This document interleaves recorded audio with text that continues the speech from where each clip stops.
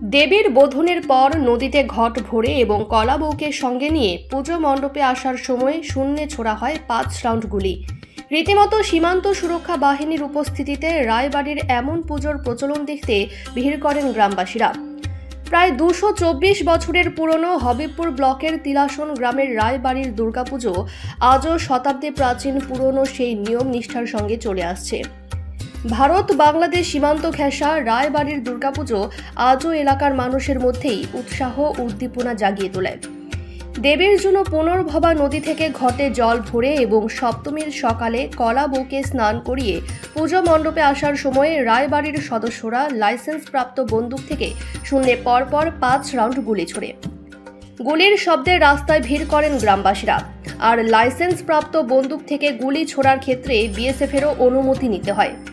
কথিত আছে 1918 সালে রায় পরিবারের পূর্বপুরুষ শিবপ্রসাদ রায়ের হাত দিয়েই শুরু হয়েছিল দুর্গাপুজো।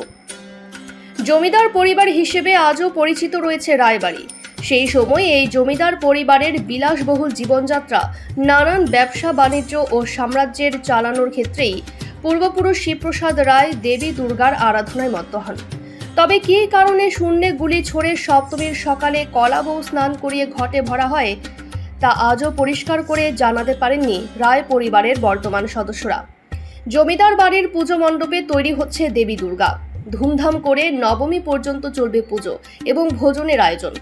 রায় পরিবারের স্থানীয় মৃৎশিল্পী দুর্গা প্রতিমাটি তৈরি করেছেন। বর্তমানে রায় পরিবারের পুজো উদ্যোক্তা রাকেশ কুমার রায় বলেন, প্রায় 224 বছরের পুরনো রায়বাড়ির দুর্গাপুজো মহালয়ার দিন থেকেই দেবীর আরাধনা শুরু হয়।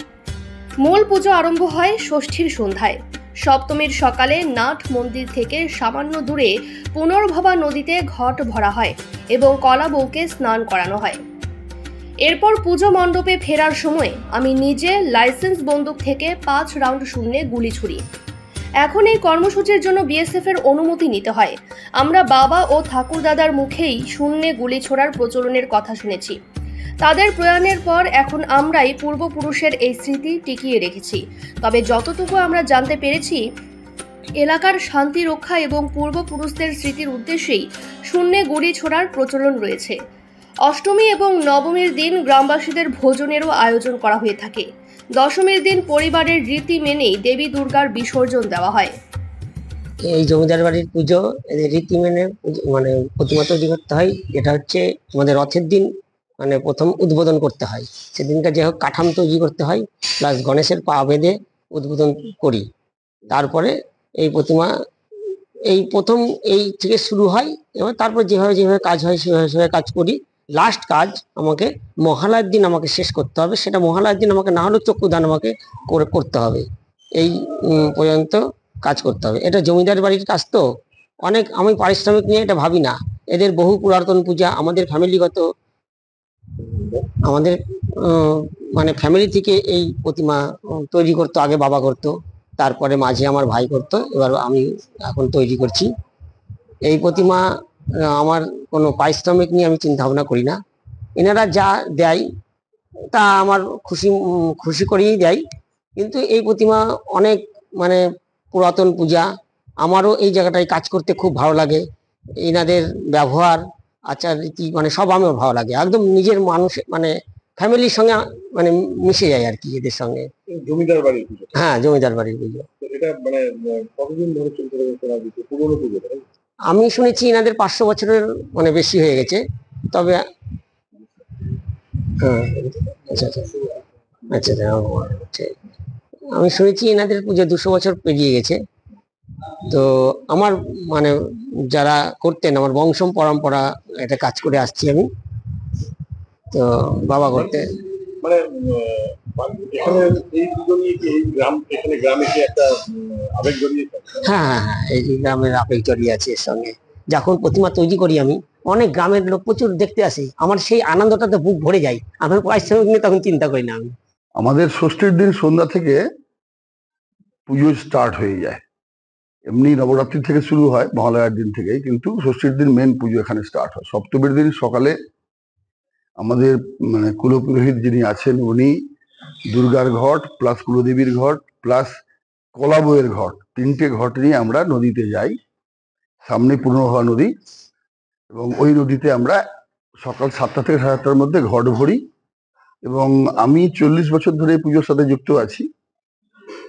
1984 থেকে আমি দায়িত্ব নিয়েছি এবং 5 রাউন্ড গুলি ফায়ার করতে করতে মন্দির পর্যন্ত আসা হয়। এবং সেটা কিন্তু আগে তো অত প্রবলেম ছিল না, এখন কমপ্লিটলি বিএসএফ এর পারমিশন নিয়ে তাদেরকে ওখানে দাঁড় করিয়ে রেখে, যেহেতু আর্মসের ব্যাপার আছে, তো আমার নিজস্ব লাইসেন্সি বন্দুক দিয়ে আমি ফায়ার করতে করতে মন্দির পর্যন্ত আসি। এবং সপ্তমীর দিন থেকে পুজো শুরু হয়ে যায়। অষ্টমীর দিন এবং নবমীর দিন দুদিন আমরা নিমন্ত্রিত তালিকাতে বহু লোককে ডাকি। আনুমানিক 400 লোক ডেলি খায়। এবং নিমন্ত্রিত বা অনিমন্ত্রিত যারা আছেন তাদের ক্ষেত্রে আমাদের এই স্টেটমেন্ট থাকে যে আপনারা এই পুজোটাকে নিজের মনে করে যে কোনো ব্যক্তি এতে মানে সহযোগিতা করতে পারেন, আসতে পারেন এবং পুজোর অন্নভোগ খেয়ে যেতে পারেন, এটা বলে দিই আমরা। এবং সেই হিসাবে বহু লোক কলকাতা থেকে এখানে আসে। এটা তো জমিদার বাড়ি। এটা জমিদার বাড়ির পুজো। কতদিন ধরে চলছে এটা? এটা 1918 সালে এই পুজো শুরু হয় এবং 2024 পর্যন্ত আপনি 224 বছরের পুজো এবার হবে। মানে প্রথম যিনি পুজো শুরু করেছিলেন ওনার নাম হচ্ছেন শিবপ্রসাদ রায় এবং তারপর থেকে পুজো লাগাতার চলে আসছে। আর আমাদের পুজোর আড়ম্বরতা বলে কিছু নেই, আমরা প্যান্ডেল ডেকোরেশনের মধ্যে যাই না, যেহেতু আমাদের নিজেদেরই নাট মন্দির আছে।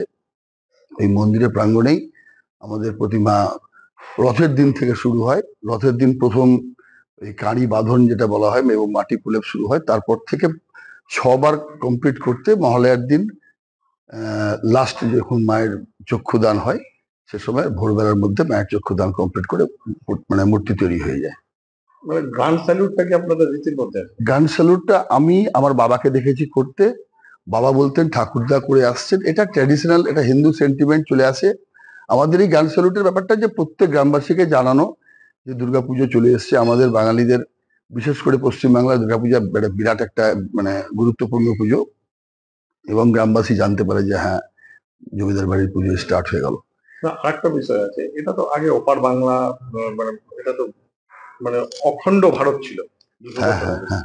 সেই সময়ের পুজো আর তারপরে যখন একটা বিভাজন হয়ে যায় তার মধ্যে একটা কোনো ডিফারেন্স? দেখুন ব্যাপারটা হচ্ছে যখন আমাদের পুজো শুরু হয় তখন ইংরেজের আমল এবং সেই সময়ে উনাদের মানে লর্ড সাহেবরা আসতেন আমাদের এখানে।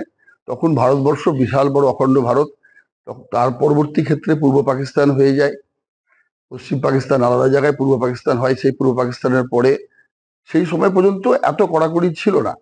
বাংলাদেশের অনেকেই এখানে আসতেন পুজোতে, কালী পুজোতেও আসতেন, দুর্গাপুজোতেও আসতেন। তবে বর্তমানে এখন প্রচন্ড আইনের কড়াকড়ি, এখন কেউ আর এখানে আসেন না। তাদের ইচ্ছা থাকলে তাদেরকে বলা হয়, তাদের অনেকে খবর দেয় আমরা আপনার পাসপোর্ট ভিসা করে আসতে পারেন, আমাদের আপত্তি নেই, পুজো দেখতেই পারেন আপনারা, কিন্তু সেটা সিস্টেমেটিক ওয়েতে আসতে হবে। বর্তমানে প্রচন্ড কড়াকড়ি এবং আমরা সেটাকে মেনে নিয়েছি। ওপারে যদিও প্রচুর প্রজারা এই পুজোর সাথে যুক্ত ছিলেন, যখন আমাদের সম্পত্তি ওপারে চলে যায়, 3 ভাগ আমাদের বাংলাদেশে চলে যায়, 1 ভাগ ভারতবর্ষে থাকে। এটা পার্টিশনের সময় ওভাবেই আমাদের মোটামুটি 11 লক্ষ বিঘা সম্পত্তি বাংলাদেশে চলে গেছে। 11 লক্ষ বিঘা সম্পত্তি।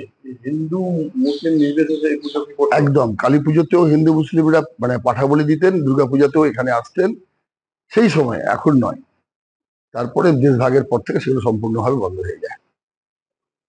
এখন পুজোতে আপনারা আনন্দ কিভাবে পান? পুজোতে আমাদের দেখুন জমিদারি প্রথা চলে যাওয়ার পরে আমাদের আর্থিক সংগতি অনেকটাই মানে নিচে নেমে গেছে। তবু আমরা আপ্রাণ চেষ্টা করি। মন্দিরের নামে কিছু সম্পত্তি আছে যেগুলো দেবোত্তর স্টেট বলে রাখা আছে, ওর থেকে যে সোর্স অফ ইনকাম হয় তাতেই আমরা দুর্গাপূজাটাকে মোটামুটি মানিয়ে চলার মতো করে রেখেছি এবং চেষ্টা করি যেন এর ঐতিহ্য মানে যতদিন পর্যন্ত আমরা পরিবার আছে ততদিন পর্যন্ত যারা বহাল থাকে। এই 4 দিন খুব আনন্দ হয়। আমাদের সমস্ত পরিবার যারা পশ্চিমবাংলার বিভিন্ন জায়গায় প্রান্তে, ভারতবর্ষের বিভিন্ন প্রান্তে আছেন, কেউ দিল্লি, কেউ পাটনা, কেউ এলাহাবাদ, প্রত্যেকে কিন্তু সেই পুজোর সময় আমাদের বাধ্যতামূলকভাবে প্রত্যেকে এখানে আসতে হয় এবং একসাথে সবাই মাটিতে বসে পাত পেরে খাই। খুব একটা আনন্দ হয় আমাদের। সারা বছর প্রতীক্ষা থাকে যে কবে দুর্গাপুজো আসছে।